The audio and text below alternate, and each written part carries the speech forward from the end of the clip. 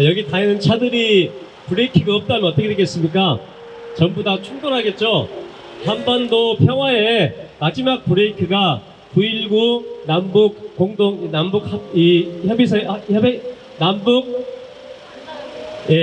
협약이었습니다. 그런데 이게 깨졌잖아요. 그 내용이 뭐냐? 대규모 군사훈련을 중단하라. 그 다음에 삐라 뿌리는 거 있죠. 이거 뿌리는 걸 하지 마라. 그리고 북에서 가장 긴장했던 게, 가장 위험하게 생각한 것이 대북 방송이었습니다.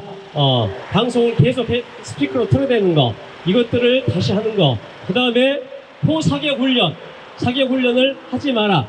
근데 이런 것들이 전부 다 이제 파기가 되었습니다. 아마 앞으로 좀 있으면 삐라를 뿌리려고 또 이렇게 합니다. 그러면 북에서는 어떻게 하냐? 원점을 타격했다고 합니다. 삐라 뿌리는 자리에 포사격을 하겠다는 거예요. 근데 더 위험한 것은 개국 스피커입니다. 스피커를 틀었을 때 그건 바로 그냥 포로 깨버리겠다. 앞전에도 그런 일이 있었죠. 근데 이것은 아마 거의 100% 저는 일어날 거라고 생각을 합니다. 왜 이렇게 무리한 전쟁의 충돌의 위험을 앞두고 왜 이렇게 하는가? 여러분들 다 아시죠? 왜 그럴까요? 왜 그럽니까? 네, 저는 그렇게 생각합니다. 내년 총선에서 위기 상황이 올 때 정말 자기들이 마지막 남북관계를 정치적으로 이용하려는 이러한 음모가 가까이에 있다고 생각합니다. 그래서 벌써 내년 3월 위기설이 돌고 있습니다. 여기저기에서 내년 3월에 국지전을 일부러 유발해서 자기들에게 유리한 상황을 만들지 않을까. 심지어 어떤 분은 그러더라고요. 역석이 만나는데 위수령, 더 나아가서는 비상계엄까지 떨치지 않을까. 혹시 모르겠다. 선거가 없어질 수도 있다. 이런 말씀까지 어떤 분이 했습니다. 저는 거기까지는 가지 않을 거라고 생각하는데요. 그러나 국지전까지 일어날 수 있다는 이러한 상황이 바로 지금 한반도의 모습인 것 같습니다. 그런데 윤석열 정부의 어떤 정치적 이용보다 더 무서운 세력이 있습니다. 이렇게 되는 것, 저는 그게 바로 미국과 일본의 음모라고 생각합니다. 얼마 전에 UN 한국전쟁에 참여했던 16개 나라가 미국이 주도해가지고 회의를 했습니다. 정례화한다고 그럽니다. 전쟁이 끝난 지도 한참 지났는데 왜 이들이 다시 모일까요? 저는 이건 전쟁을 하기 위한 준비라고 합니다. 이미 몸풀기다.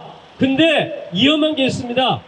이 16개 나라에 다른 나라들도 확대시켜서 가입을 시키려고 합니다. 그 중에 가장 위험한 나라가 어딜까요? 어딘 같습니까? 네, 일본입니다. 일본을 유엔사에 끼워가지고 함께 이제 전쟁 준비를 하겠다는 겁니다. 여러분, 한국 전쟁 때 일본이 참여했을까요? 안 했을까요? 한국 전쟁 때. 네, 비공식적으로는 참여하지 않았습니다.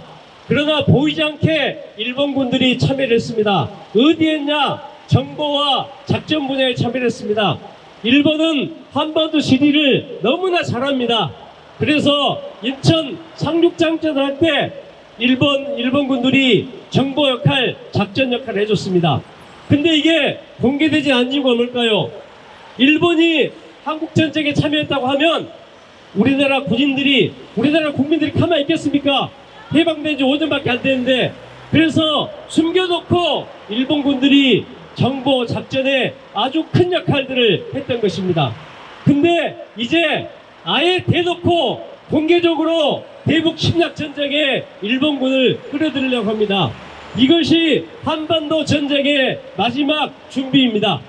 이제 유엔사가 활성화되고 일본이 한반도 훈련에 공식적으로 참여하면 이제 전쟁은 이제 눈앞에 다가오는 것입니다.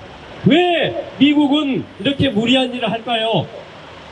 답은 딱 정해져 있습니다. 21세기 동북아 시대를 장악하기 위한 것입니다. 이미 중국이 가장 그 자리를 먼저 틀어주고 있습니다. 러시아도 동북아 시대가 중요하기 때문에 동방정책을 펴고 있습니다. 블라디보스톡을 제2의 수도로 하면서 동쪽으로 오고 있습니다. 9,300km의 고속도로를 준비하고 있습니다. 벌써 5분의 1 정도 났습니다. 모스크바에서 블라디보스토크까지 이것을 나중에 부산까지 광주까지도 연결하려고 하고 있습니다. 그래서 러시아는 이제 동북아의 발판을 들여놔야 자기들도 살기 때문에 동방정책을 펴고 있고, 그런 정책이 바로 북한, 러시아의 동맹이었습니다. 엊그저께 같이 푸틴과 김정은 위원장이 만난 것은 러시아의 동방정책을 이제 구체적으로 실현하겠다는 것입니다. 왜? 21세기는 동북아가 세계의 중심이기 때문입니다. 2040년 경제 규모의 세계 경제 규모의 40%가 동북아에서 나옵니다. 여러분 보십시오. 인구도 얼마나 많습니까? 자원도 어마어마합니다. 군사력은 세계 2등, 3등, 4등, 6등 이렇게 센 나라들이 다 있습니다.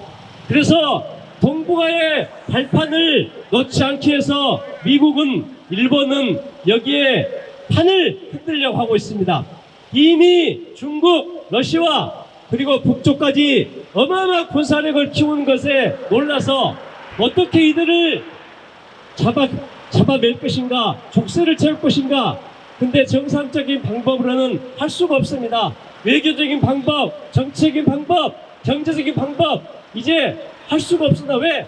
미국의 힘이 그만큼 빠졌기 때문입니다. 일본은 계속 경제적으로 추락하고 있고 국력이 떨어지고 있습니다. 한국도 마찬가지입니다.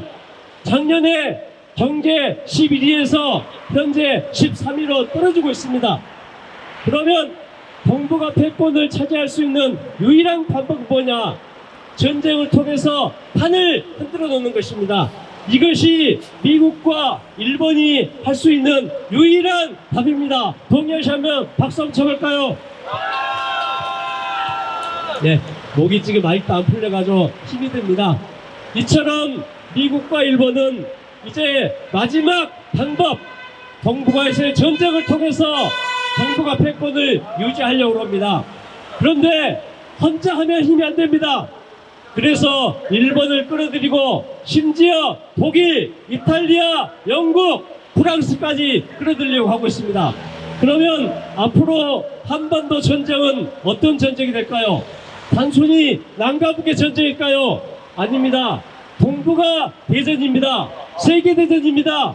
그래서 우크라이나 전쟁과 중동 전쟁하고는 차원이 다릅니다. 한반도에서의 전쟁은 세계가 맞붙는 동북아 대전입니다. 그렇기 때문에 핵을 쓸 수밖에 없습니다. 이기려면 핵을 쓸 수밖에 없습니다.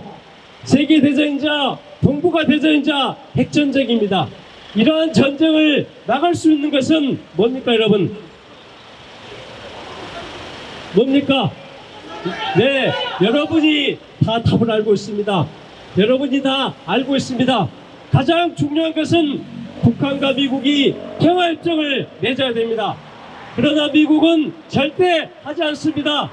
마지막 몰려서 어쩔 수 없을 때 할 것입니다. 그래서 앞으로 내년 가장 위험합니다. 한반도에서 전쟁이 일어날 가능성이 90%까지 올라갈 것입니다. 이 전쟁을 막아서는 것, 이것은 우리 국민들이 해야 될 일입니다. 여기에 계신 분들이 가장 앞장서고 전 국민이 평화촛불을 들어서 북한과 미국이 전쟁이 아닌 평화협정을 맺고 수교를 맺도록 해야 됩니다. 남과 북이 대결이 아니라 대화로서 남과 북이 평화의 길을 열도록 해야 됩니다. 여러분 그 길에 함께 합시다. 고맙습니다. 여기 계신 광주 시민 여러분, 다 같이 함께 노래 불러보도록 하겠습니다. 네.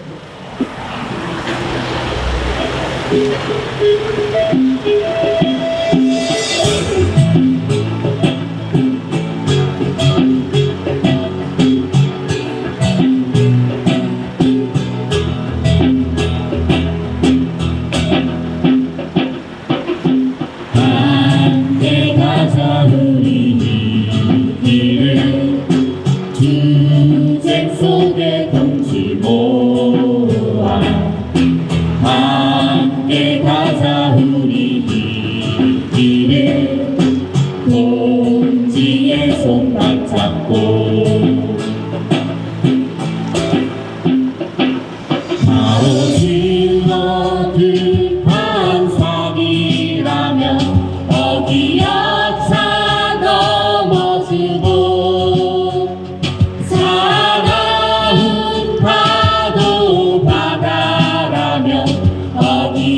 역사 건너주자.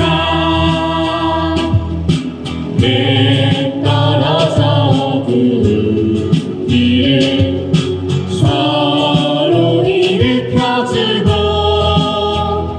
나라 먹으면 지어나가자. 아픈 다리 서로 기대며 함께 가자 우리들 마침내 하나 됨을 위하여.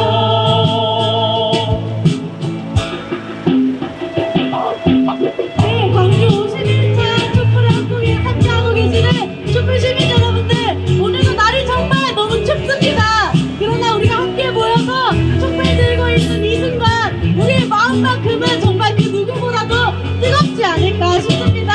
우리 함께 행진까지 뜨겁게 동지의 손을 잡고 나갔으면 좋겠습니다.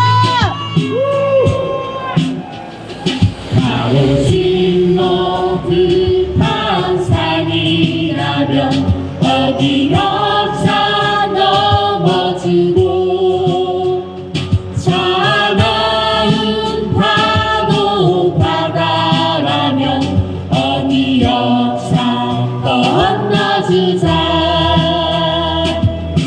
내 떨어져 그 길을 서로 일으켜주고 가다 먹으면 지었다 가자. 아픈 다리 서로 기대며 함께 가자 우리 길을 마침내 하나 됨을 위하여. 함께 가자 우리 길을 마침내 하나 됨을 위하여.